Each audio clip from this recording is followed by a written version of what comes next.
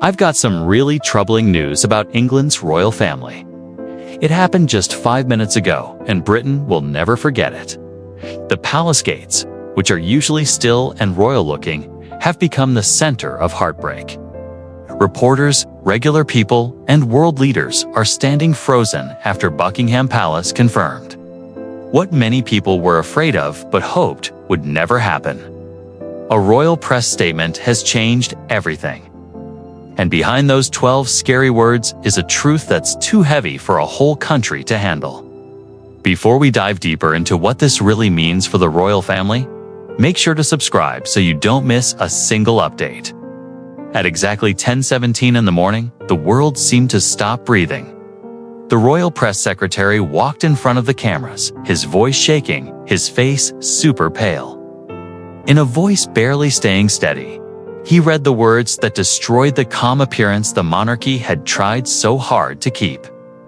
His Majesty the King has had a really bad medical event. More details will come later. There was no explanation, no comforting words, no promise he would get better, just silence. The kind that feels heavy, that sinks into the bones of a country and won't go away. Within seconds, the statement was on every news channel. BBC news anchors wearing black stopped their regular programming to share the sad update. The Union Jack flag over Buckingham Palace was lowered to half-staff, and the quiet shock turned into an ocean of tears. Crowds started gathering tourists, regular citizens, even journalists who had covered the royal family for decades, now standing completely still as if time itself had broken. The air carried a haunting mix of sadness and denial. Moments later, at Clarence House, black cars rolled through the gates. Inside them were Prince William and Princess Catherine. Their faces were unreadable, their posture tense. The country had seen them smile thousands of times at weddings, baby christenings, national holidays. But this was different. There were no waves, no reassuring nods, no recognition of the cameras. Only the heavy stillness of duty colliding with sadness. Their arrival confirmed what everyone already felt. Something was really wrong, and it wasn't new. But one absence was louder than anything else. Queen Camilla, the king's closest companion, the woman the public expected to be by his hospital bed, was nowhere to be found. She was scheduled to go to a charity event that very evening, but she had completely vanished from public sight. The palace offered no comment, no photos, no statements, no confirmation of where she was. In the emptiness of silence, rumors spread like wildfire. Had she been kept away for medical reasons, or had something deeper broken within the royal household? Whispers started to spread among royal reporters and aides who refused to give their names. Some said the queen consort had been seen leaving Windsor the night before.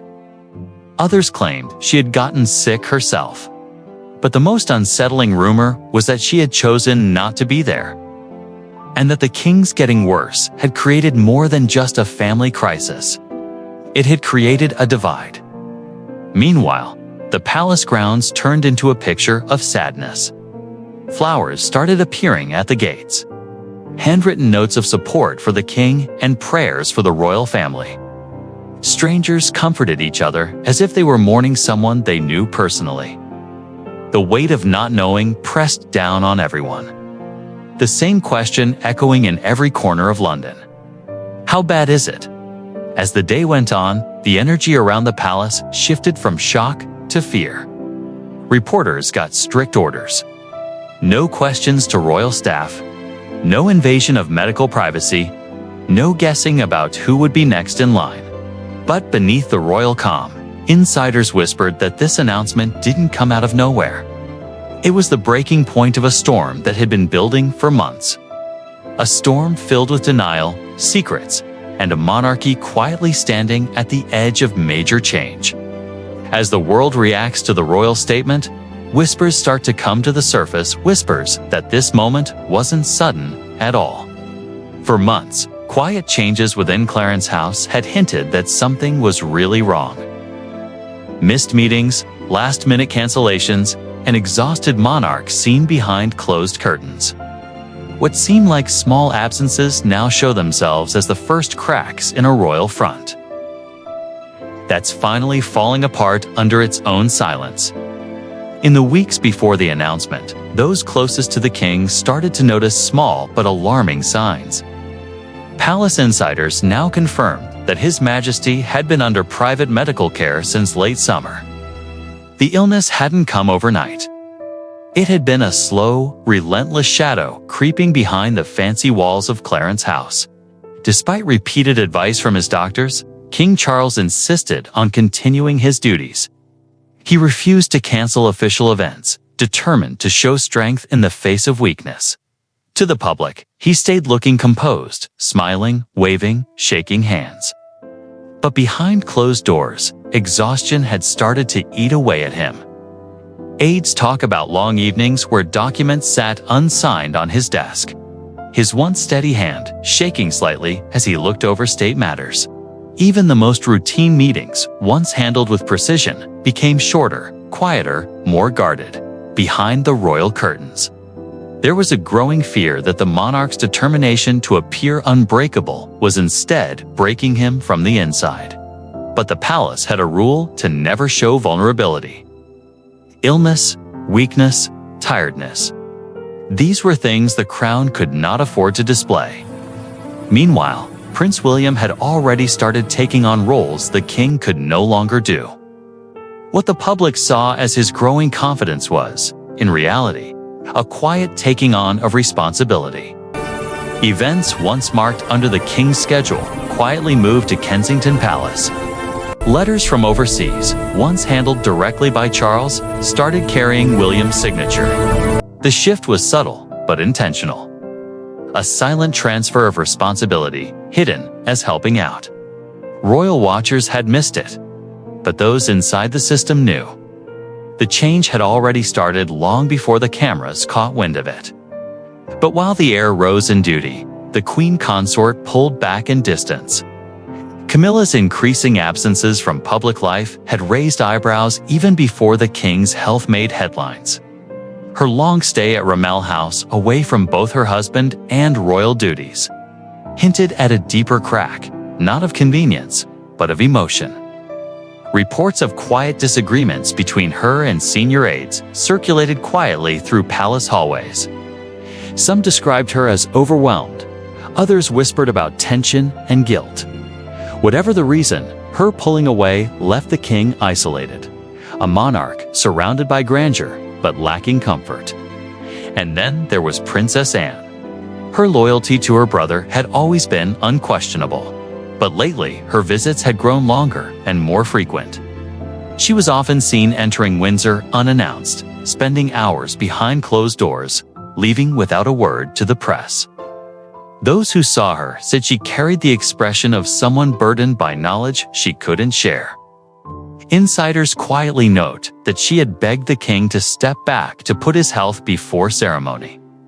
But Charles, always the servant of tradition, refused. His silence became his only defiance. Behind every royal smile during those final months was a quiet awareness, a shared sense that this moment was bound to happen.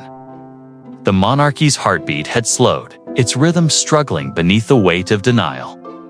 Every cancelled event, every unexplained absence, every quiet photograph now felt like a warning sign. The truth had been there all along, hidden in plain sight, whispered in hallways no one dared to record. And yet, even as the truth slowly comes out, the real story isn't the illness. It's the power vacuum it's creating behind palace doors. The king's sudden collapse didn't just shock the public. It shattered the fragile balance of royal power. For the first time in decades, decisions are being made without clear authority. Clarence House and Kensington Palace are locked in silent competition. Every word, every statement now carries the weight of the crown itself. In the hours after the announcement, the royal household was thrown into a quiet but clear state of chaos. The king's illness had not only created uncertainty, it had exposed division. Inside palace hallways, advisors were no longer speaking with one voice. There were those who believed their duty was to protect Charles's authority at all costs, and others who argued that the country needed stability, even if that meant turning to William sooner than planned. What had started as whispered disagreements about procedure now erupted into a full-scale struggle for control of the monarchy's image and future. Reports from insiders reveal that meetings once led by the king are now split into groups. Clarence House officials fiercely loyal to Charles and Camilla are determined to stick to protocol, insisting that no statement be made without the king's direct approval. Kensington aides, however, are said to have grown impatient, calling for clarity and compassion over caution. To them, the silence feels like abandonment, a dangerous emptiness that risks losing the public's trust. And so, two royal offices, separated by only a few miles, have become opposing centers of power. Rumors soon start to spread of conflicting orders sent to media outlets. Clarence House asks for restraint and privacy, while Kensington quietly approves compassionate messaging focused on unity and openness. Television networks are caught between two versions of royal authority, unsure whose words still define the crown. For the first time, palace communication, once the most controlled system in the world, has started to fall apart. Every leaked quote, every unnamed source fuels rumors that the monarchy itself is losing its grip. In the middle of this storm, Queen Camilla's private staff reportedly propose a bold move, naming her as acting regent until the king's recovery. The suggestion sets off outrage among William's allies, who view it as both too soon and politically reckless. They argue that such a step would not only turn away the public, but also break the already delicate unity of the royal family. Behind the closed doors of Clarence House, raised voices and heated debates happen, not over ceremony, but survival. Camilla's advisors insist on authority. William's team demands transparency, and the country waits unknowingly. Watching a silent tug-of war play out behind Buckingham Palace's ancient walls, Princess Anne, the always practical peacemaker, steps quietly into the chaos. Without press or ceremony, she starts reaching out to both sides, warning that what is at stake is not just protocol. It's the monarchy's very soul. Her voice, calm but firm, reminds everyone that once internal loyalty breaks, no crown can hold a broken house together. Yet even her efforts cannot erase the growing resentment between generations. Between a monarchy built on formality and a new one rising on empathy. By now, the press has chosen its hero. Headlines move from concern to admiration for the Prince and Princess of Wales. William's steady behavior and Catherine's quiet strength are seen as symbols of calmness amid confusion. Media commentators describe them as the faces of reassurance. The future leaders Britain didn't know it needed until now. And with every photograph of them visiting the palace or comforting the public, the contrast to Camilla's absence grows sharper, as if two monarchies are being written in real time. One fading, one forming. Behind the grandeur of titles and rituals, a deeper truth is taking shape. The monarchy is at its most dangerous crossroads since the abdication crisis of 1936. Back then, it was love that nearly broke the crown. Now it is loyalty divided, unspoken, and deadly quiet. The struggle is no longer about who wears the crown, but who controls its voice. But as internal tensions rise, the public's attention turns toward one woman whose calm composure hides the heartbreak of a nation. While the palace shakes and advisors fight, one person stands quietly, steady, Princess Catherine. In the chaos that followed the announcement, her silence spoke louder than any royal order. She wasn't just the wife of the heir. She became the emotional pillar of an entire kingdom. Behind her calm eyes, however, lies a storm of grief, fear, and an unspoken determination to protect the legacy she now carries alone. In the first 24 hours after the king's collapse, when confusion turned to panic, Catherine emerged not as a royal consort, but as the one constant presence holding the family together. Her first public appearance came quickly, a quiet visit to a local hospital that had become the center of media attention. Dressed in somber black, her posture composed, yet her eyes heavy with sorrow. She greeted staff with a gentle nod and thanked the crowd for their prayers. She spoke little, but she didn't need to. In that single moment, she became something greater than a royal. She became the living example of dignity in crisis. The image of her walking through those gates was shared across the world within minutes. And suddenly, grief found its grace behind closed doors. Palace insiders revealed a different side of her composure, one defined by relentless responsibility. While senior advisors argued over public statements and who would be next in line, it was Catherine who kept direct communication going between the king's doctors and the royal family. She made the calls no one else wanted to make, delivered updates to worried relatives, and made sure that every message released to the public struck the right tone. Even the most hardened courtiers admitted she had become the quiet force of coordination. Her calm didn't come from being detached. It came from duty. Those who saw her up close said she carried a weight that only a true royal could bear, the burden of continuity. And yet beneath that serene exterior was a mother balancing her heartbreak with motherhood. While William attended emergency briefings, Catherine stayed close to George and Charlotte, shielding them from the chaos swirling outside their walls. A viral image of her comforting them, one hand resting on Charlotte's shoulder, the other clutching a folded prayer note, flooded social media. It wasn't just a tender moment, it was symbolic. People saw in her what they had once seen in Diana: compassion wrapped in courage. Hashtags like "Our Princess of Strength" started trending. And for the first time in months, public unity started to flicker again. But as admiration for Catherine grew, so did the contrast with Camilla's absence.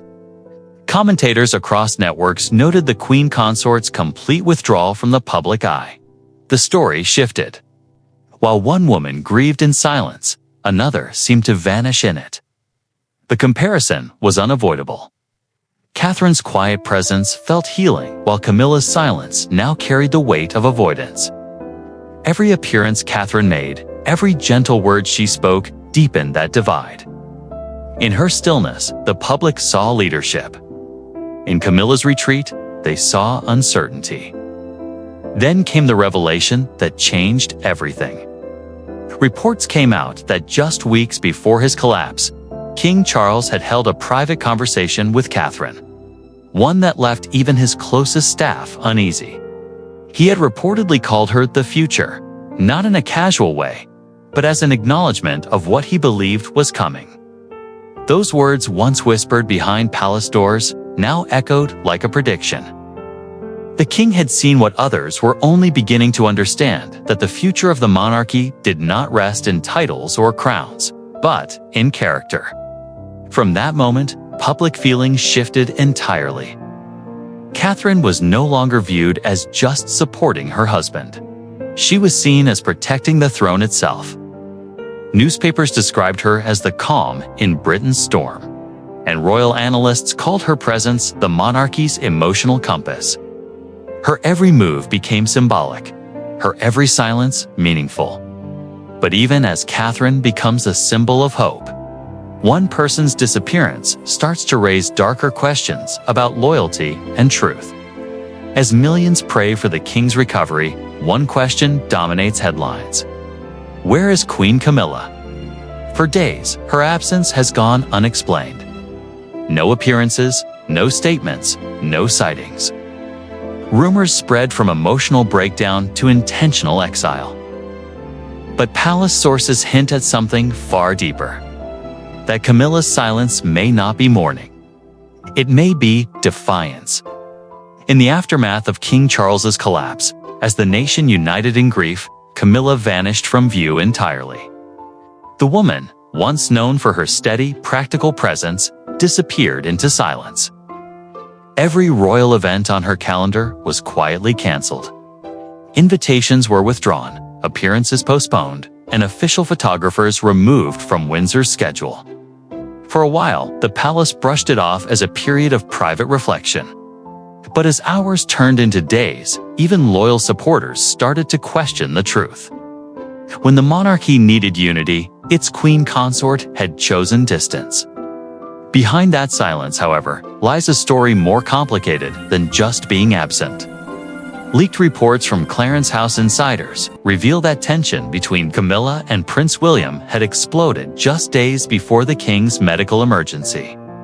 According to sources close to the royal household, the argument centered around who would be next in line and the growing influence of Kensington Palace. William, now acting as the unofficial royal head, had reportedly demanded access to private medical records and authority over certain decisions if the king's condition got worse.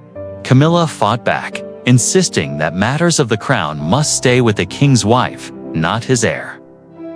Those words, it seems, triggered more than disagreement. They exposed a power struggle no one was ready to face. Anonymous aides alleged that the confrontation ended in shouting a rare and shocking display within royal walls. William's temper, controlled in public, reportedly broke under the weight of frustration.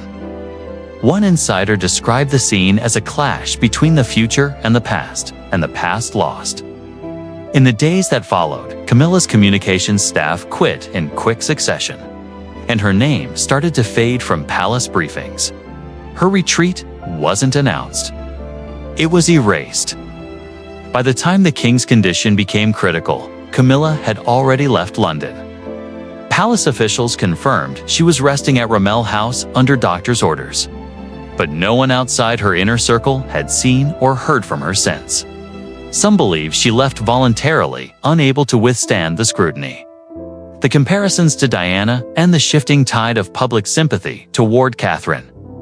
Others whisper a darker theory that her retreat was encouraged by those who believed her presence would complicate William's growing leadership. Whatever the truth, her absence left a void that someone else was already starting to fill. Tabloids started piecing together the puzzle with sensational claims. Some suggested Camilla had been deliberately excluded from crisis meetings at Clarence House, her calls to senior advisors unanswered. One paper went as far as to claim that a palace aide was told to limit contact between the queen consort and the press until further notice. In a monarchy obsessed with appearances, silence became a strategy. For Camilla, it became isolation. Meanwhile, Catherine's visibility soared. Every quiet appearance, every compassionate gesture stood in stark contrast to Camilla's absence. Public opinion shifted overnight. The same tabloids that once accused Catherine of being too careful now praised her as the nation's moral center. The Queen in spirit. Hashtags flooded social media, calling her the steady hand guiding Britain through chaos. For a generation that once doubted the monarchy, she became the reason to believe in it again. And yet, for all the praise directed at Catherine, the whispers surrounding Camilla grew louder. Some wondered if her silence was a shield protecting herself from blame. Others asked if it was punishment, a calculated sidelining orchestrated by those preparing for an inevitable change. Either way, the once powerful queen consort was now a ghost in her own reign. And as one queen vanishes, another quietly rises, not by title, but by heart. Yet, this new balance of power will soon face a moment that shakes even Catherine to her core. The announcement may have stunned the world, but for those inside the palace, the signs were there the night before. The king's final dinner was too quiet. A canceled meeting, a delayed doctor's visit, a whispered argument in the hallway. Each detail now takes on new meaning. The truth about what happened that night may explain not only the king's condition, but the crack tearing his family apart. Those who were in the royal residence the evening before the collapse describe a tension so thick you could almost feel it. The day had started like any other, filled with official letters, private briefings, and ceremonial reviews. Yet, as night fell, the routine dissolved into unease. The king had canceled a private meeting scheduled with 2 senior advisors, citing exhaustion, a rare move for a man who prided himself on discipline. What should have been an ordinary evening quickly turned into a series of unexplained interruptions, each one drawing the palace deeper into confusion. According to palace insiders, the royal doctor was called at 8:30 in the evening for what was described as a minor precaution. However, less than an hour later, he was called again, this time under more urgent terms. But when investigators requested access to the official medical records, they found that records from that night were incomplete. Pages were missing. Some entries had been completely blocked out. Officially, the palace cited confidentiality, but those close to the investigation whisper a different word: cover-up. What happened during those 90 minutes remains one of the monarchy's most closely guarded secrets. At around 9:45 in the evening, witnesses claimed to have seen Princess Anne leaving the king's private quarters. Normally composed and measured, she was reportedly pale, shaken, and close to tears. For the sister, known for her strength, her reactions spoke volumes. Some believe the king told her something that night, something too heavy to share. Others suspect Anne discovered how serious his condition was before anyone else. What is certain is that she immediately asked for additional medical staff to remain on standby through the night. A precaution that, in hindsight, may have been her attempt to prevent tragedy. Shortly after, Camilla requested a private meeting with the king, a conversation that reportedly lasted only 7 minutes. What was said between them has never been revealed, but sources claim the tone was sharp, the atmosphere strained. One aide described hearing muffled voices, followed by complete silence. When the queen consort came out, her expression was described as pale and detached. Within an hour, she had retreated to her own wing, instructing staff not to disturb her until morning. Adding to the growing mystery, palace security systems experienced what officials later called a temporary malfunction. CCTV footage from the hallway leading to the king's study went dark between 9:55 and 10:10 in the evening, precisely during the window when the king was last seen conscious. Though maintenance records were produced to explain the failure, the timing was too precise to ignore. Was it coincidence or something set up to shield what truly happened behind those closed doors? By dawn, the nightmare had begun. At 6:12 in the morning, a staff member found the king unconscious in his private chambers. The emergency protocol was activated immediately, calling doctors, aides, and senior royals to the scene. Within an hour, Buckingham Palace was under lockdown. First calls went to William and Catherine, then Princess Anne. The rest of the world stayed unaware until hours later when the official statement, "His Majesty has suffered a severe medical event," was released. What began as a tragedy has now become a maze of unanswered questions. Why were the medical records sealed? Why did security cameras fail at the most crucial moment? And what exactly was said in those final private conversations that night? As investigators piece together the final hours, one revelation changes the tone of national mourning into a haunting royal mystery. Amid grief and confusion, a single letter surfaces written by King Charles just days before his collapse. Its contents are sealed, but a palace insider describes it as a message of both farewell and instruction. What was the king preparing for?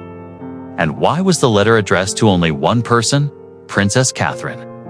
The discovery came quietly, almost by accident. In the hours following the king's medical emergency, while aides cleared his private study for confidentiality, an envelope bearing his personal seal was found tucked inside a leather-bound folder. The handwriting was unmistakable, neat, deliberate, and bearing the unmistakable touch of a man who knew his words would outlive him. Dated 3 days before the crisis, it immediately drew the attention of palace officials. Yet what sent whispers through royal hallways wasn't its existence, but who it was for. The letter wasn't addressed to his son, the heir apparent. It was addressed to his daughter-in-law, Catherine, Princess of Wales. According to palace sources, a senior aide, under strict confidentiality, hand-delivered the envelope to Catherine. She received it in private, away from advisors and press, and immediately withdrew to her quarters. No one saw the contents, and no one heard her speak of it afterward. But those present describe a visible change in her behavior, a stillness that bordered on grief, but also on clarity. One aide later remarked, "It was as if she had been given both a burden and a purpose." The palace predictably has refused to comment on the letter. Yet fragments of its language have started to circulate among insiders. Phrases like the weight of duty and the light she carries are said to appear within its lines. Some believe it was Charles's way of acknowledging what he had long known, that the monarchy's emotional future rested with Catherine. Others whisper it was something more personal. A final confession from a man torn between the world he inherited and the one he would soon leave behind. Whatever the truth, the letter has become a symbol of transition, the passing of something intangible yet super powerful. Catherine's composure in the days following its delivery has only intensified rumors.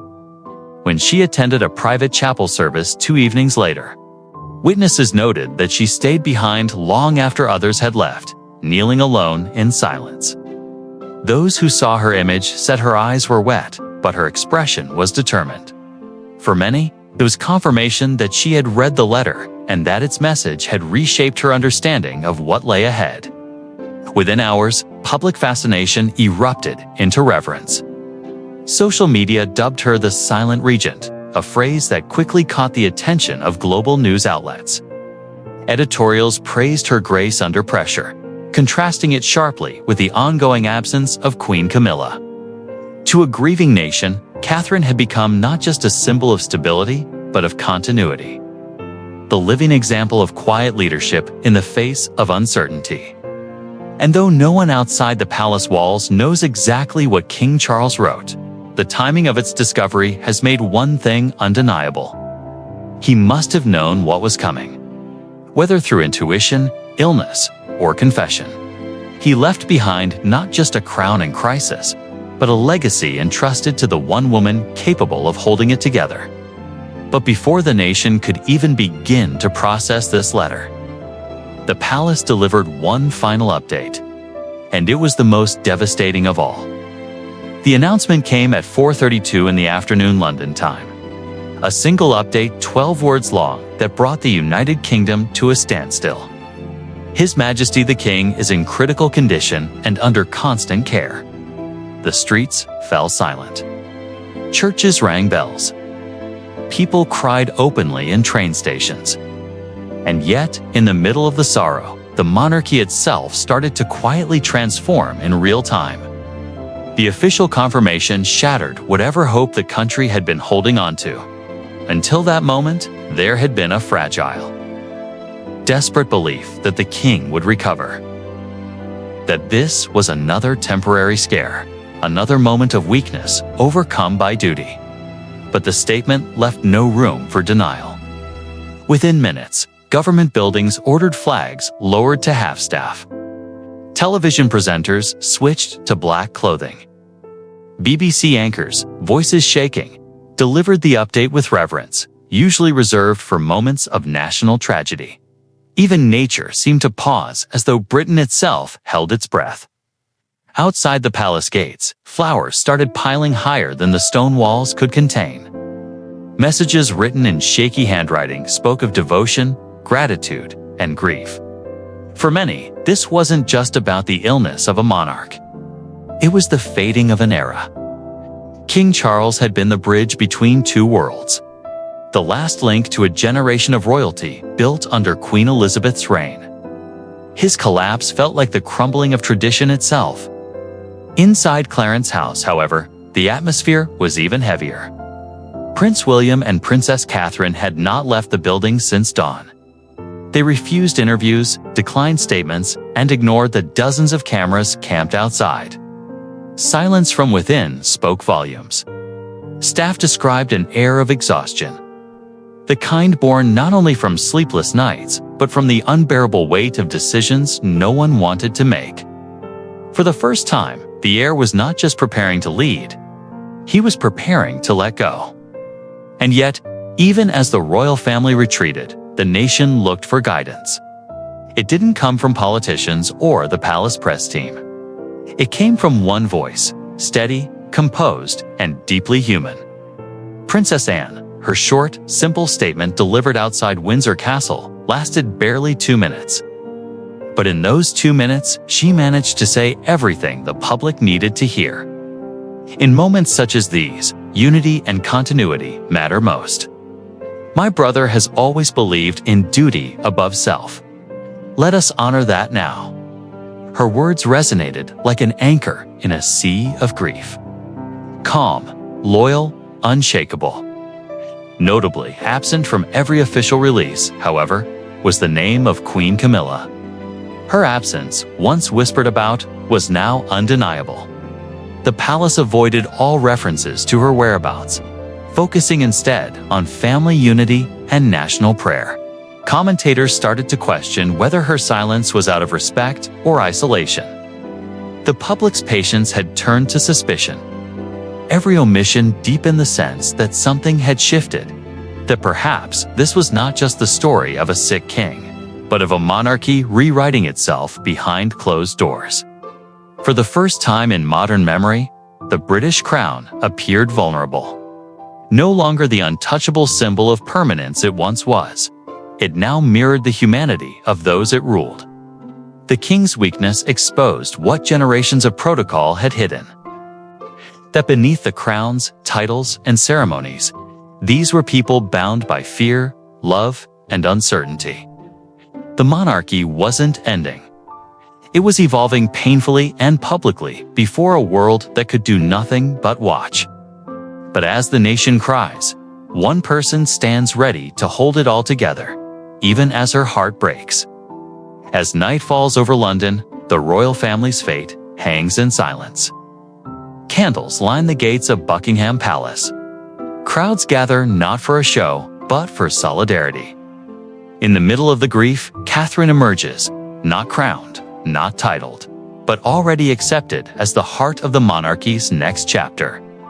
This isn't the end of a reign. It's the quiet, heartbreaking dawn of another.